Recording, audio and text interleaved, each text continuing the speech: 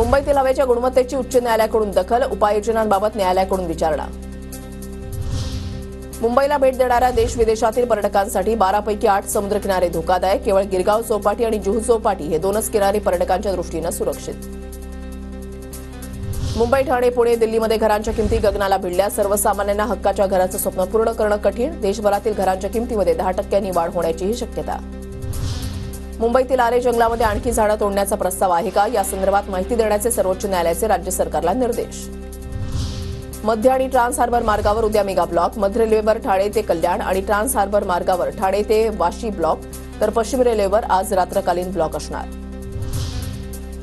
मुंबई पालिकेच्या रस्त्यांच्या काँक्रिटीकरणाची कामं निकृष्ट। पालिकेकडे रस्त्यांवर भेगा पडल्याच्या अनेक तक्रारी दाखल। महापालिका आयुक्त भूषण गगराणींकडून तक्रारीची गंभीर दखल, तर सर्व रस्त्यांचा अहवाल रस्ते विभागाकडून मागवला। मीरा भाईंदर शहरामध्ये मनसेच्या संदीप राणेंकडून बॅनरबाजी। मराठी भाषेचा आणि मराठी माणसाचा अपमान सहन केला जाणार नाही, अशा आशयाची बॅनरबाजी।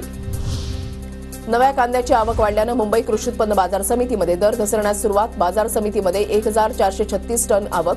कांद्याचे दर 5 ते 28 रुपयांपर्यंत घसरले। घराच्या छतावरून चोरी करणाऱ्याला चोरट्याला बोरिवली पोलिसांकडून अटक। पोलिसांनी चोरट्याकडून 7 लाखांचे दागिने जप्त केले।